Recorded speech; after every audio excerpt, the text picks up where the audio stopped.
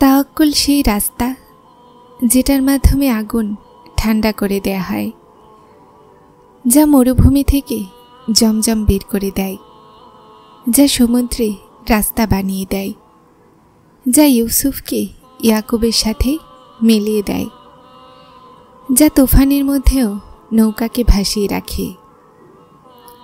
তাহলে কি তুমি তোমার রবের উপরে তাওয়াক্কুল করবে না,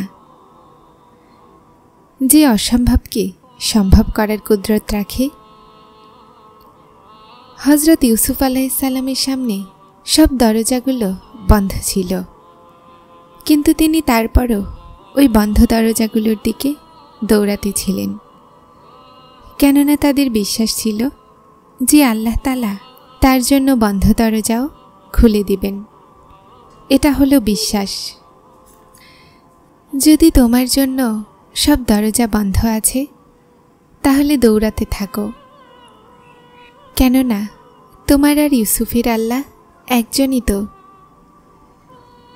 যখন জুলেখা ইউসুফ আলাইহিসসালামকে পথভ্রষ্ট করতে চাইল, তো সমস্ত দরজা বন্ধ ছিল।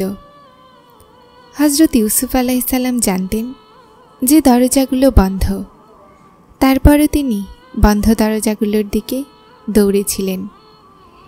এক এক করে সব দরজাগুলো খুলে গিয়েছিল। যখন কখনো তোমার মনে হবে যে তোমার জন্য দরজা বন্ধ, তো শুধুমাত্র এতটুকু জেনে নিও যে তোমার আর ইউসুফের খোদা একজনই। দুনিয়াতে এমন কিছুই নেই যেটাতে তোমার রবের ইখতিয়ার নেই। উনি তোমার থেকে কিছু জিনিসকে এজন্য দূর করে দেন যেন তুমি তার কাছে থাকতে পারো। আল্লাহ তোমার জন্য অনেক কিছু সামলে রেখেছেন, আর তোমাকে সে সব কিছু হাসিল করার জন্য তার উপরে ভরসা রাখতে হবে। তুমি যদি তোমার এই আঁচলকে ভরাতে চাও, তো তোমাকে প্রথমে নিজের এই খালি ঝুলিতে খুশি থাকতে শিখতে হবে। তুমি চাও সেটা যা তোমার ভালো লাগে, কিন্তু আল্লাহ তাআলা তোমাকে সেটা দান করেন যা তোমার জন্য সবচেয়ে ভালো হয়। কথা শুধুমাত্র তার উপরে চোখ বন্ধ করে বিশ্বাস রাখার।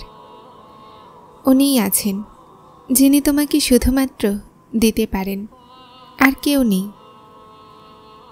এটাই তার দেয়ার নিয়ম যে তিনি প্রথমে তোমাকে চাওয়া শেখান, আর তারপর সেখান থেকে দিতে চান যেখান থেকে পাওয়ার তোমার সম্ভব লাগে না। উনি তোমাকে তোমার মধ্য দিয়ে অতিক্রম করিয়েই নিজের কাছে আনেন। কঠিন সময় সবসময় দোয়া করো, কেননা যেখানে মানুষের আশা শেষ হয়ে যায়, সেখান থেকেই আল্লাহ পাকের রহমত শুরু হয়। তোমার একজন রব আছে, তারপরও তুমি তাকে মনে করো না। কিন্তু তার কত বান্দা আছে, তারপরও তিনি তোমাকে ভোলেন না। যতটা বেশি আল্লাহর শুকরিয়া আদায় করবে, আল্লাহ তোমাকে তত বেশি দান করবেন। নিজের মনকে শক্ত করো আর আল্লাহর উপরে ভরসা করো। উনি তোমার প্রতিটা সমস্যা সহজ করে দিবেন। তোমার কষ্ট সম্পর্কে তোমার রব অবগত। উনি চান তুমি সবর করো, যেন আরও বেশি শক্ত হয়ে যাও। কষ্টে সবসময় সবরের সাথে কাজ করতে থাকো। সোনাকে আগুন দিয়েই পরীক্ষা করা হয়, আর মুমিনকে কষ্ট দিয়ে। নিশ্চয়ই কষ্টের সাথেই রয়েছে স্বস্তি। কঠিন সময়ে সবর করা আর উত্তম সময়ে শুকরিয়া করাই মুমিনের পরিচয়। তোমার সমস্যা যদি আকাশের সমান বিশাল হয়, আর যদি তোমার বিশ্বাস আল্লাহর উপরে থাকে, তো কেউই তোমাকে হারাতে পারবে না। মানুষের ভালো নিয়তে সেই নেকি পাওয়া যায় যা ভালো আমলেও পাওয়া যায় না, কেননা নিয়তে কোনো লোক দেখানো ভাব নেই।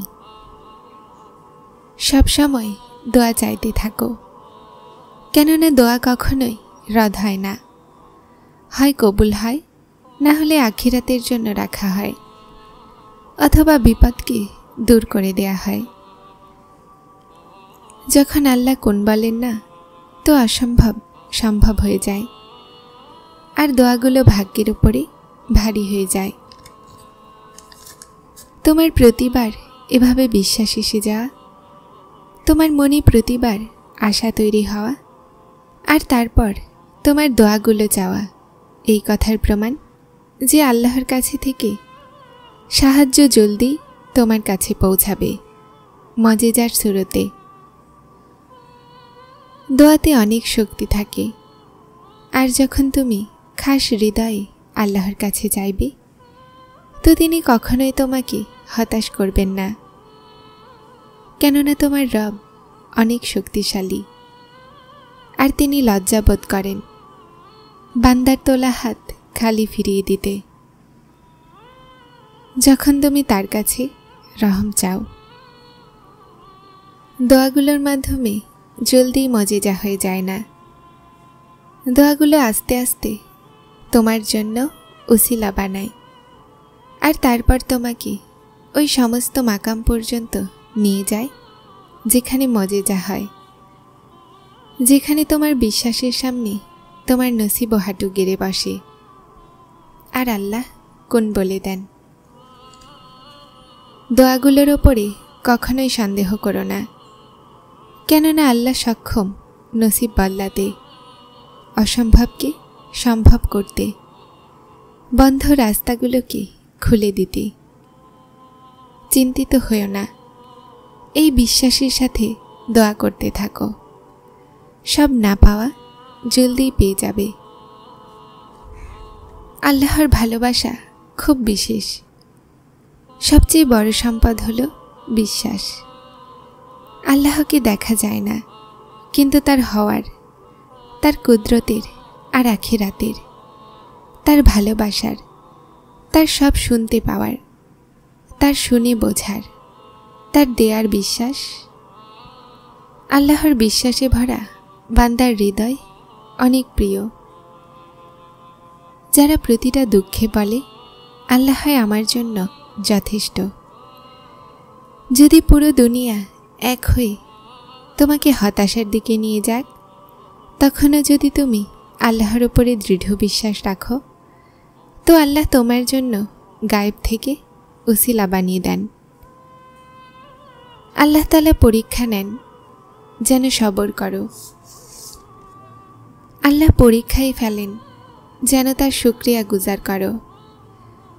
যখন কোনো পরিষ্কার হৃদয় থাকে, চুপও করান যেন তার ওপরে বিশ্বাস রাখো। সবরই অভিযোগ থাকে না, শুধুমাত্র নীরবতা থাকে, আর ওই নীরবতার চিৎকার শুধুমাত্র আল্লাহ শোনেন। আর তিনি বলেন, এই কষ্ট শুধুমাত্র কিছু সময়ের জন্যই, সবর করে নাও। আমি সবরকারীদেরকে তাদের ধারণার থেকেও বেশি দান করি। শান্তি চাও।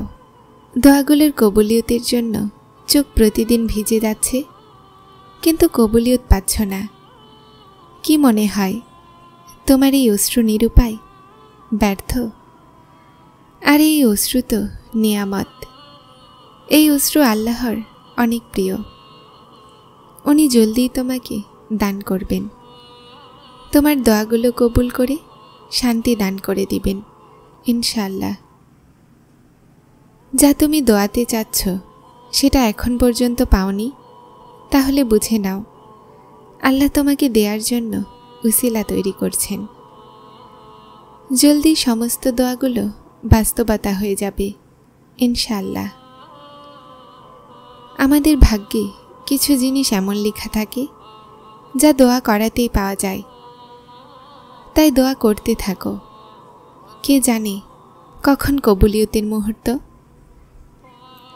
যারা চ্যানেলটিতে নতুন এসেছেন তারা সাবস্ক্রাইব করে হেদায়েতের সাথে থাকুন। আসসালামু আলাইকুম।